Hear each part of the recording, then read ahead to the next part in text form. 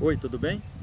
Eu sou o Li Dias, do canal Grimório Adaptado, e esse vídeo tem por objetivo narrar um pouco das minhas experiências que foram adquiridas após o acesso a livros que traziam assuntos sobre ocultismo.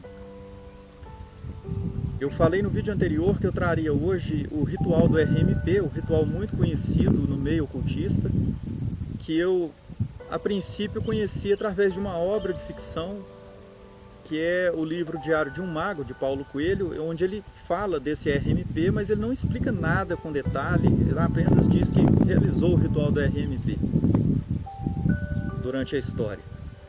Pois bem, esse ritual, a princípio, é muito difundido por Aleister Crowley.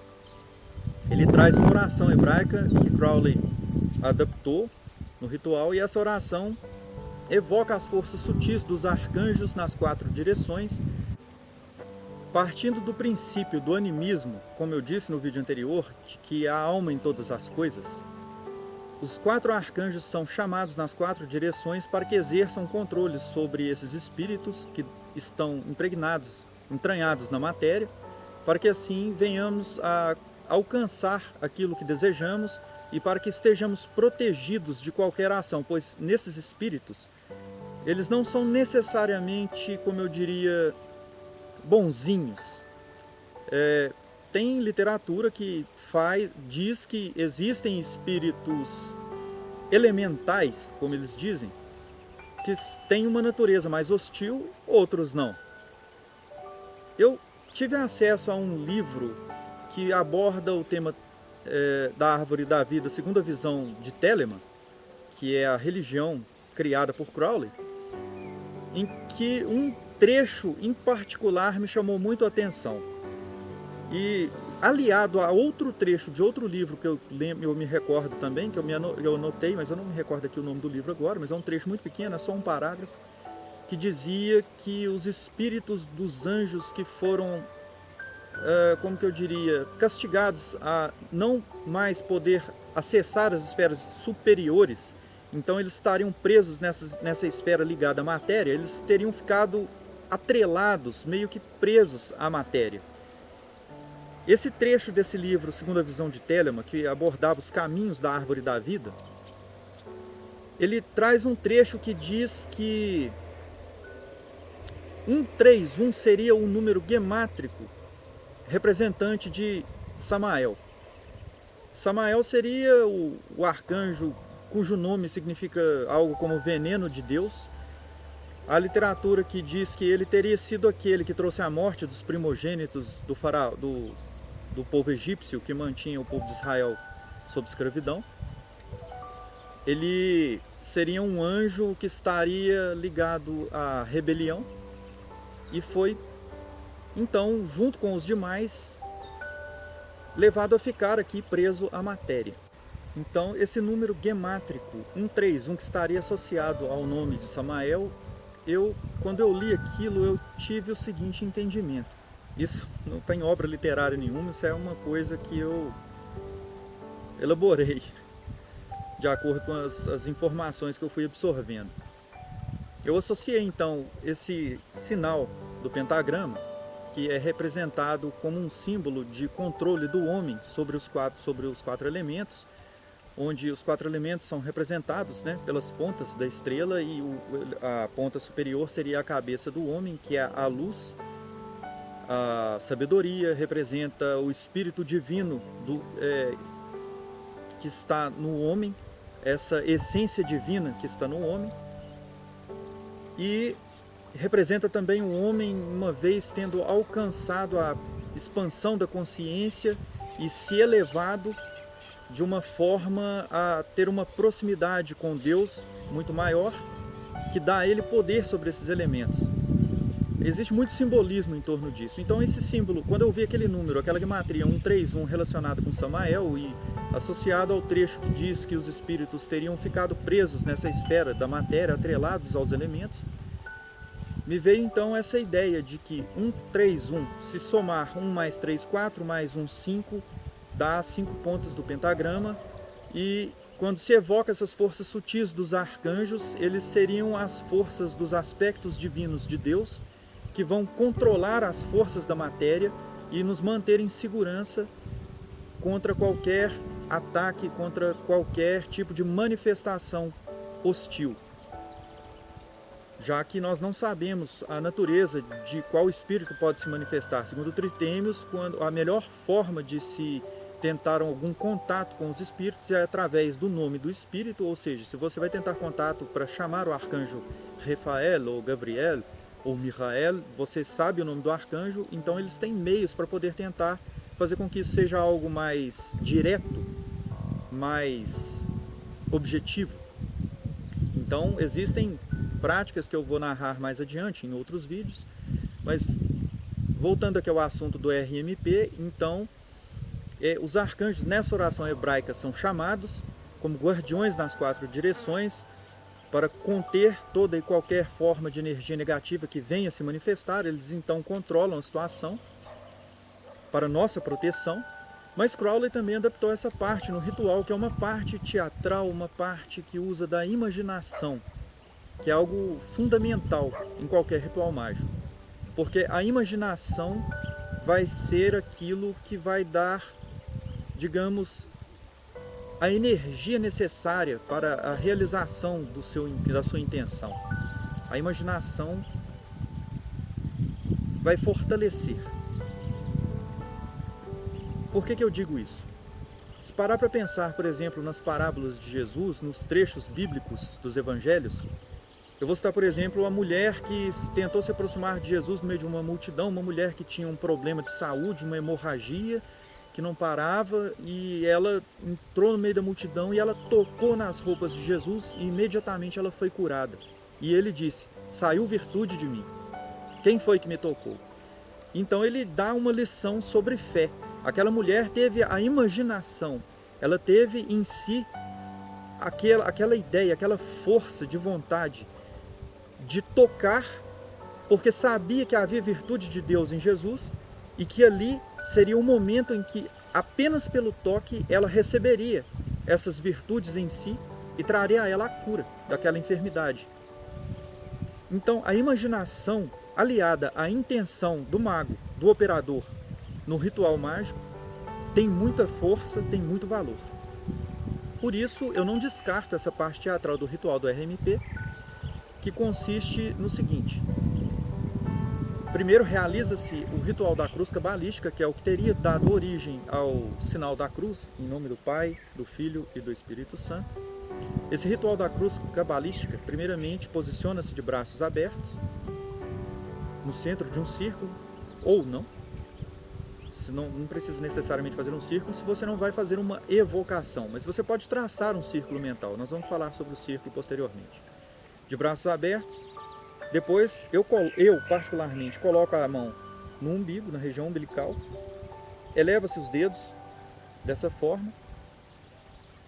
Qual seria essa intenção? De buscar a luz que vem da esfera superior, que é a esfera de Keter, a luz que emana o brilho de Deus, da luz divina, a luz do Criador, essa luz que desce pela árvore da vida e que reflete em todas as esferas da árvore da vida até atingir a esfera do mundo material.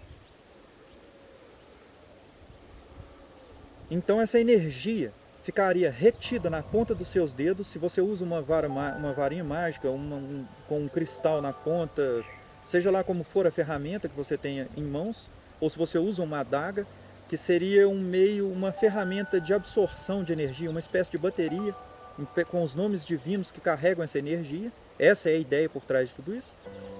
Então você traz essa luz que fica retida, você imagina uma bola dessa luz e traz ela até a testa, toca a sua testa e diz: Ata. Diz de forma enfática: Ata. Traz ao peito e diz: Malhut. Outras tradições levam até a parte da região genital, eu trago até o peito. Depois leva-se então ao ombro direito e diz: Vegevura. Leva-se ao ombro esquerdo e diz: Vegedula. Abre-se os braços e dizendo: Leolam. Amém. Juntando as mãos diante do plexo solar. O que significa tudo isso? Tudo isso tem um significado. As palavras são palavras hebraicas. Quando você desce a mão, toca a testa na região entre os olhos, direcionada à glândula pineal, a região do terceiro olho, e diz Atá, você está dizendo tu és, em hebraico. No peito, o reino. Então, tu és o reino, o poder, que é Vegevurá, e a glória, Vegedulá. Leolam seria mundo sem fim, ou para todo sempre. Amém. Amém é um notaricon que significaria, entre algumas outras possibilidades, a que eu acho que se enquadra melhor, segundo o meu entendimento, seria algo como Adonai Meler Neeman, que seria Deus fiel e eterno, algo mais ou menos nesse sentido. Então, quando você toca a testa e diz Atá, essa palavra traz em si a primeira e a última letra do alfabeto hebraico, que é Aleph e Tav. Então, Deus é o princípio e o fim de todas as coisas.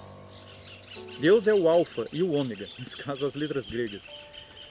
Então você traz essa energia divina que vem de Keter e toca essa região da glândula pineal, porque, segundo um conceito muito antigo, a glândula pineal estaria ligada à nossa capacidade de ver o mundo espiritual, de acessar o mundo espiritual.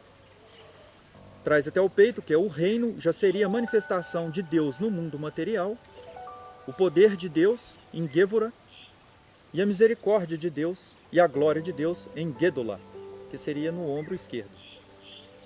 Para todo sempre, porque Deus exerce seu poder infinitamente. Essa é a parte teatral, que pode ser realizada com uma varinha mágica, você pode realizar dessa forma que eu fiz, com a ponta dos dedos. E em seguida, então, Crowley, por exemplo, se você se posiciona na direção do leste, né, você faz isso posicionado na direção leste, então seria a parte em que você, usando de uma ferramenta mágica ou não, pode continuar recorrendo à ponta dos dedos. Você aponta então o dedo na direção diante de você e traça um pentagrama que parte de baixo para cima, que é um sinal de banimento. Você vai banir energias negativas, forças negativas da sua presença para outro plano, para um lugar afastado. Você vai ter que mentalizar isso.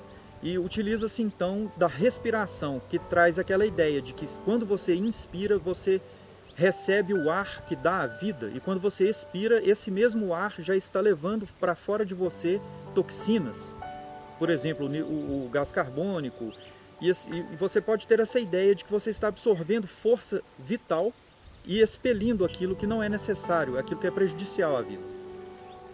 Você está respirando a vida e expelindo aquilo que é ruim. Pode-se ter isso em mente.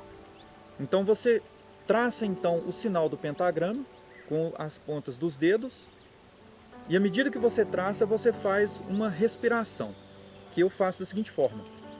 Quando sobe-se o dedo dessa forma, eu vou ficar nessa posição que vai ficar mais fácil de entender. Sobe-se dessa forma, você inspira. Desce, expira. Sobe e inspira de novo. Na linha reta, você prende a respiração e expira quando desce pela última vez. Assim, realiza-se então na direção leste. Após realizar esse traçado do pentagrama na região leste, traz-se então os braços na altura dos olhos, dá um passo à frente e leva-se então esse dedo como se estivesse empunhando uma adaga adiante e com esse dedo estivesse apontando a direção da sua vontade, e diz o nome de Deus, pelo tetragrama divino, Yod, Re, Vav, Re, as letras do nome divino. Você diz dessa entonação da mesma forma que eu disse da outra vez.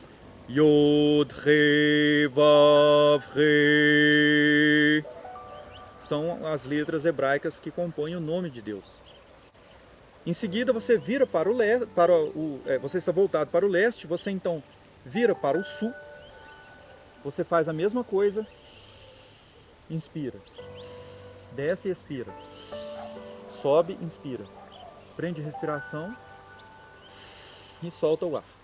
Termina de traçar a estrela, mais uma vez, traz os dedos e aponta novamente dando um passo à frente. Dessa vez você pronuncia a palavra Adonai,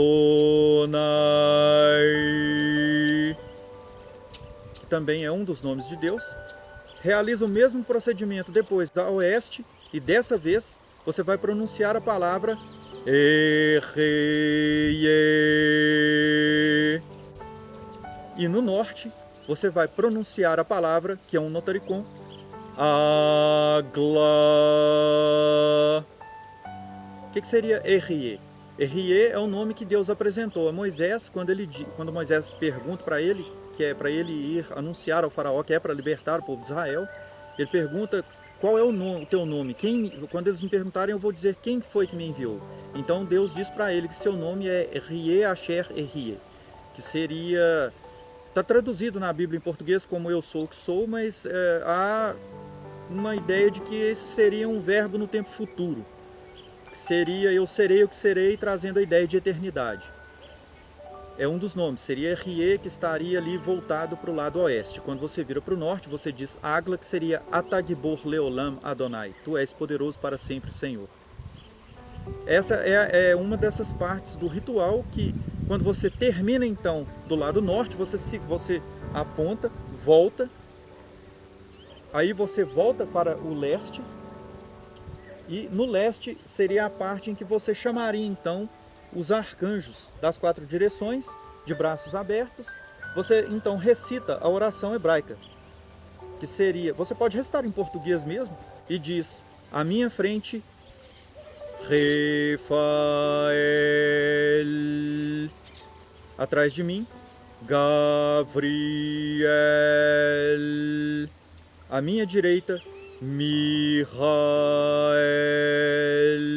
à minha esquerda, Uriel, e sobre a minha cabeça, a Shechinael.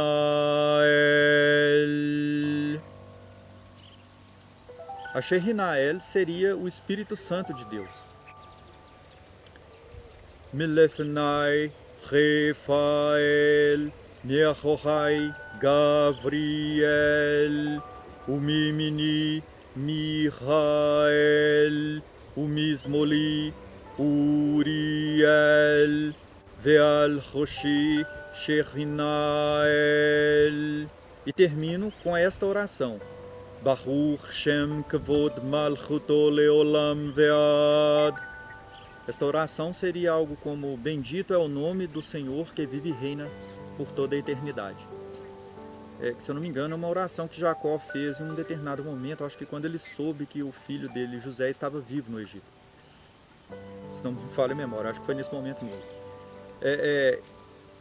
Mas eu também recito essa frase que diz que, onde você deve dizer que à minha volta flameja o pentagrama, onde você imagina o pentagrama ali, naquele momento, flamejando. À medida que você traça, você imagina um fogo, uma chama de fogo azul tracejando todos os pentagramas que você vai traçar, né? Depois você vai pronunciar os nomes divinos. E então você imagina, quando você diz a Shechinael, você imagina essa luz que vem de Keter passando, atravessando você, como se você estivesse no meio de um eixo, e essa luz perpassa seu corpo, essa luz clara e límpida. E quando você chama então essas forças desses arcanjos, no final você diz: à minha volta flameja o pentagrama, e no centro brilha a estrela de 6 raios. Eu digo isso em hebraico também. Mas isso não é necessário, você pode dizer isso em português. Tudo isso você pode dizer em português mesmo. E termina-se novamente com a cruz cabalística, encerrando assim o ritual do RMP. Então nós ficamos por aqui, por hoje é só. Da próxima vez eu vou trazer como que é o ritual de banimento que eu fazia quando eu praticava então com as runas. Até mais, pessoal. A gente se vê.